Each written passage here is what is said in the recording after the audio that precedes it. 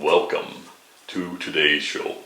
We have our guest, David Goa, and we're going to be comparing orthodoxy to some popular New Age movements. And do we have a similar concept in orthodoxy? It's very popular right now in the New Age movement, the works of the psychologist Carl Jung, where Carl Jung talks about working on your shadow self or dark side. Do we have a similar concept in the Orthodox faith? Or is there a comparable concept to some of these other religious traditions? David Goa? Well, it's interesting that you ask about Carl Jung, and that you mentioned he's somewhat popular today. Carl Jung was very popular when I was in university back in the 60s. The Bollingen Foundation, along with Princeton University, published his collected works. There was still a gathering at Ascona on the lake in Switzerland, where Jung had his center. Very prestigious scholars, intellectuals from a variety of disciplines, thinking largely about the symbolic life of the human family. I don't, as you know, I've spent my life studying various religious traditions and writing about them and what have you. I don't find it usually very helpful to compare these things in the sense of putting them face to face with each other. Right. But sometimes we can find ways that they do speak about some common aspects of the human mind and the human heart, and that can be fruitful. So Jung speaks, as you mentioned, about as a person's identity begins to take shape and form, there are what he calls shadows. Well, this is an ancient idea, and Jung didn't invent this, and he didn't ever pretend he did. Jung had studied the history of religions in a fairly significant way, and he saw the insights that were there in a variety of religious traditions about the way in which the human mind and the human heart works. New Age movements, of course, are not new at all. Usually if you scratch a New Age movement, you will find something from about the 3rd century BC or something like that that's been repackaged in a kind of modern way.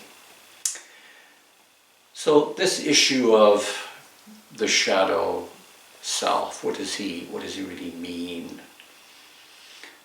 Jung is looking at the way in which, as we grow up, we have experiences which are areas of struggle for us. Sometimes they're areas of trauma for us. Sometimes the trauma is enormous. And so that experience itself and the feelings associated with it get forced into the unconscious. We can't bear them. We can't bear them.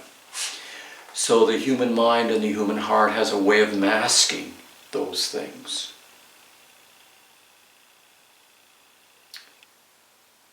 This is part of how we are as human beings.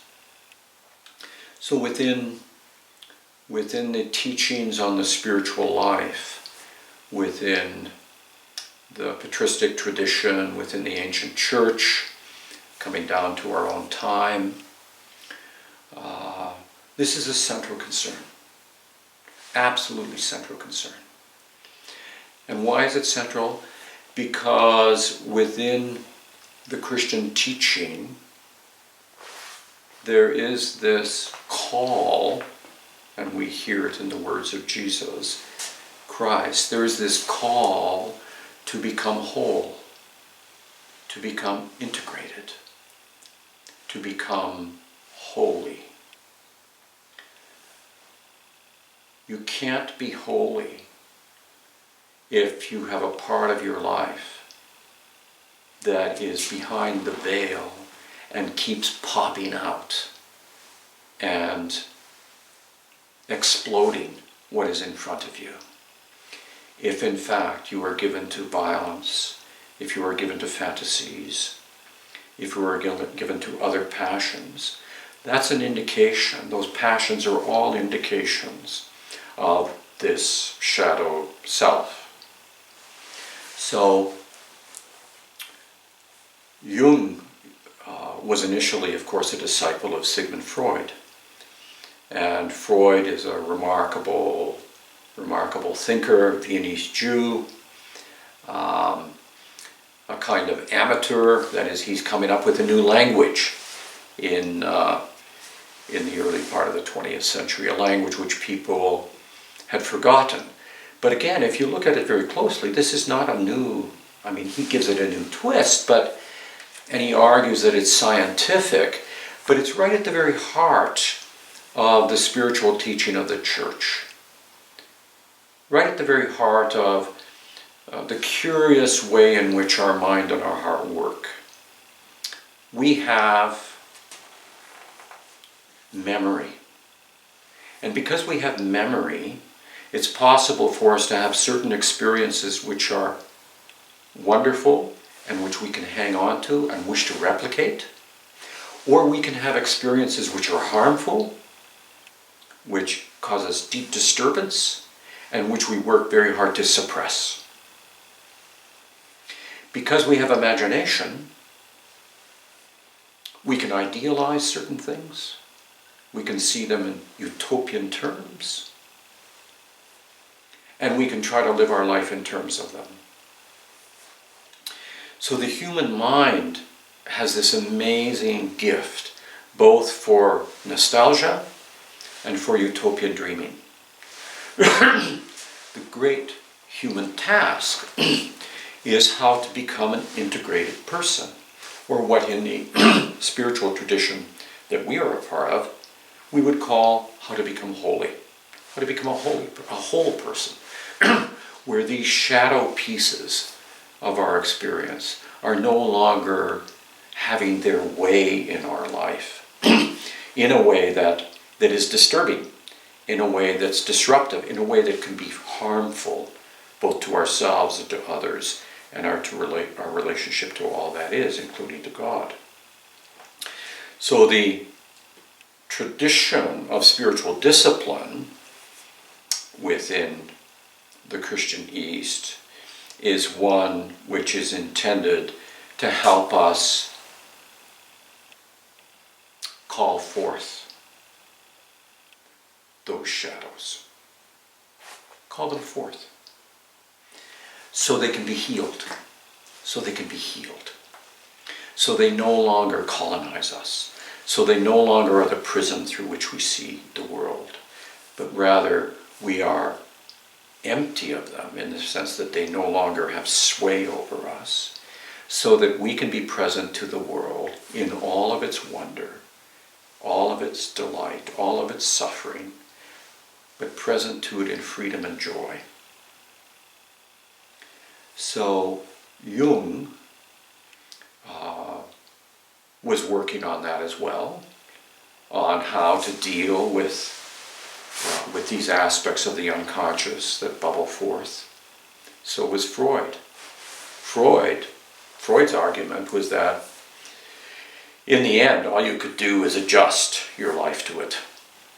And he could teach you how to adjust to these struggles and live well. But Freud had no notion of holiness, no notion that you could finally be integrated. It was always just a question of adjustment and doing the best you can. In the Christian East, we have a different anthropology. Our anthropology sees the human being as created in the image and likeness of God. The human being is beautiful. The human being is a wonder. And the human being is meant to live a life of joyous freedom. So this is a very different anthropology. Freud's anthropology was like Calvinism. It was a sense that the human being was essentially deeply, deeply divided. the struggle between the id and the ego and the superego. There is nothing you can really do about it except learn to live with it and live a little bit better if you have the help of a therapist. So there's an agreement here, there's some synergy here on the diagnosis. That is, on understanding the way the human mind and the human heart works. And that it can work in such a way that the legacy within us is what Freud and Jung would both call neurosis, and what in the Christian East we call passions. They're the same thing. Those things which get in the way of the fullness of life. The anthropology is different, however, because in our understanding in the Christian East, and it's not a simple matter, it's very, very demanding, but the understanding is, through the grace of the Holy Spirit, human beings can come to be whole. Human beings can become holy. They can be integrated. This isn't some kind of religious language. It's about being integrated. It's about no longer living contradictions, no longer being torn apart within yourself. It's becoming an integrated human being. But the other teaching is this, that the integrated human being is not something in his or her self. The integrated human being is the human being with the capacity to be in communion with the life of the world. Because we only really come to be who we are in relationship to each other. Not just in relationship to our past, which may give us neurosis, but in relationship to each other. And in relationship to the one Lord of all history, who is constantly calling forth life, and calling forth life in its fullness, calling us into deeper communion, into deeper loving relationships. So there's a very different anthropology, but a similar diagnosis.